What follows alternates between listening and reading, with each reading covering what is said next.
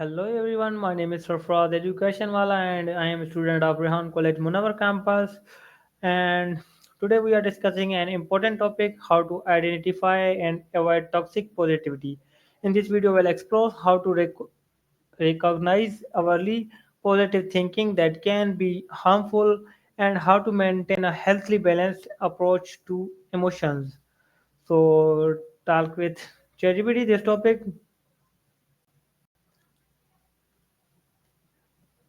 Hey there, how's it going? Good creativity. Today we talk about toxic positivity. Please guide our viewers on how they can identify in this themselves and others, and how to cultivate genuine, balanced positivity without ignoring real emotions. Absolutely. That's a really important topic. Toxic positivity happens when we push overly positive vibes and ignore or invalidate genuine emotions like sadness or anger. To identify it, we can look out for phrases like just stay positive or look on the bright side when someone is really struggling. To cultivate balanced positivity, it's important to acknowledge and validate those genuine emotions first, and then gradually introduce positive perspectives. It's all about empathy, listening, and supporting people through their full range of feelings. Good creativity. My first question: what is toxic positivity? Toxic positivity is basically when people emphasize only positive emotions and attitudes to the point of ignoring or dismissing negative feelings.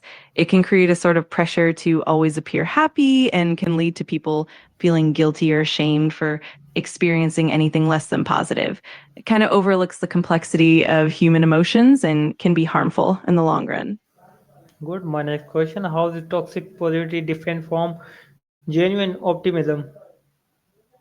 Great question. Genuine optimism acknowledges that while positive outcomes are possible, it also validates and accepts the challenges and difficult emotions along the way. It's about maintaining a hopeful perspective without ignoring reality. On the other hand, toxic positivity rejects or suppresses those negative feelings, making it seem like any negativity is unacceptable. So, genuine optimism embraces the full emotional spectrum, while toxic positivity only focuses on the bright side. Good charity. My next question: what are the signs that someone is practicing toxic positivity?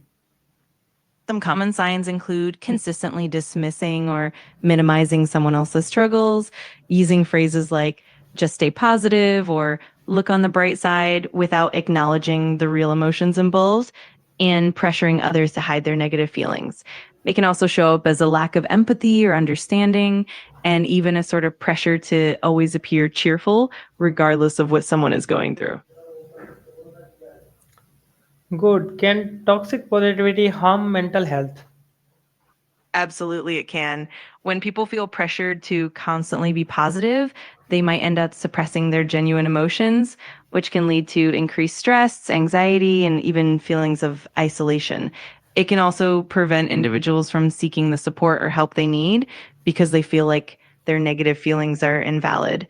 Over time, this can definitely harm mental well being and make it harder to cope with life's challenges. Good. Can toxic positivity harm mental health? Absolutely, it can. When people feel pressured to maintain a positive facade, they often end up ignoring or suppressing their true emotions. This can lead to increased anxiety, stress, and even feelings of isolation or shame. Over time, it can prevent people from seeking the support they need and can definitely harm mental well being in the long run. Good. How does dismissing negative emotions affect relationships? When negative emotions are dismissed, it can really create a barrier in relationships. People might feel unheard, invalidated, or even isolated, which can lead to a breakdown in trust and emotional intimacy. It can also make it harder for people to feel comfortable opening up in the future because they might worry that their feelings won't be respected. Overall, it can lead to less authentic connections and even conflict in the long term. Good. Charity. My next question is how can someone recognize toxic positivity in themselves?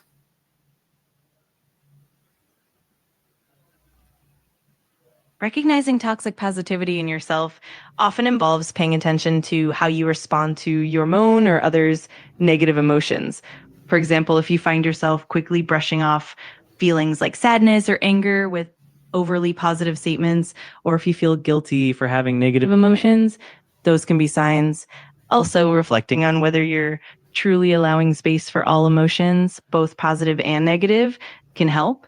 It's really about being mindful, being compassionate with yourself, and allowing yourself to feel what you truly feel. Good. How can we support others without invalidating their feelings? A great way to support others is to start with active listening and empathy. That means really giving them your full attention, acknowledging their feelings without trying to immediately fix or minimize them. You can validate their emotions by saying things like, I can see why you feel that way, or it's okay to feel this way. Also, offering a non judgmental space where they can express themselves freely is really key. And if you do offer support, try to be gentle and patient, letting them lead the conversation. Good. How does social media contribute to toxic positivity? Social media can definitely play a role by often showcasing only the highlight reels of people's lives. This can create a distorted sense of reality where everything seems perfect, and it can pressure others to present only positive aspects of their own lives. This can lead to a culture where negative emotions are less visible and even stigmatized. Over time, that can contribute to feelings of inadequacy or pressure to always appear happy, fueling toxic positivity. It's definitely something to be mindful of. Good. Can toxic positivity prevent personal growth? Yes, it definitely can. When we ignore or suppress negative emotions, we miss out on valuable opportunities to reflect, learn, and grow. Challenges and setbacks are often where we build resilience and develop deeper self awareness. By always focusing on positivity, we can inadvertently avoid dealing with underlying issues, which can hinder personal growth and emotional development in the long run. It's all about embracing the full spectrum of emotions. How can mindfulness help in blessing emotions? Mindfulness really helps by encouraging us to be present and fully aware of our emotions without judgment. It allows us to observe our feelings as they are, whether they're positive or negative, and to accept them without trying to push them away or force them to change. This awareness can help us process emotions.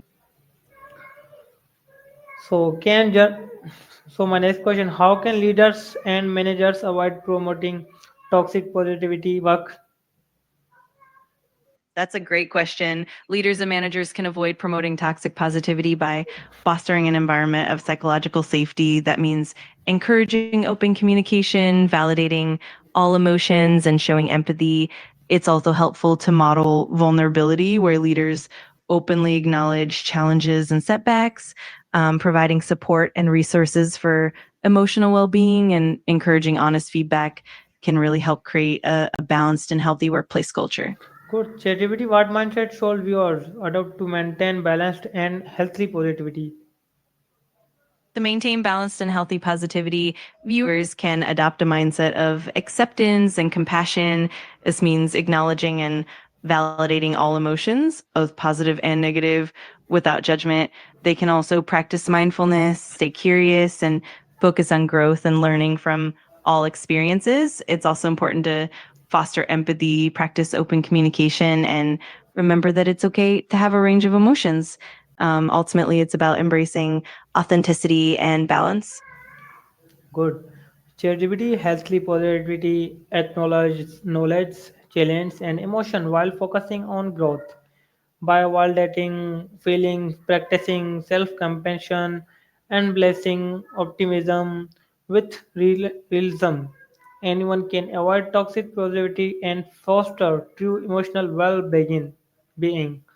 So, thank you so much, ChatGPT, for your sharing thoughts. You're so welcome. I'm glad we could chat about this important topic. If you ever have more questions or want to dive into anything else, just let me know. Have a great one.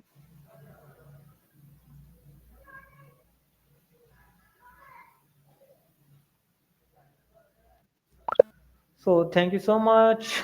and you all for watching till end. In this video inspired you, don't forget to like, comment, share, and subscribe. Embrace genuine positivity, honor your emotions, and cultivate balanced mental health. Allah Hafiz.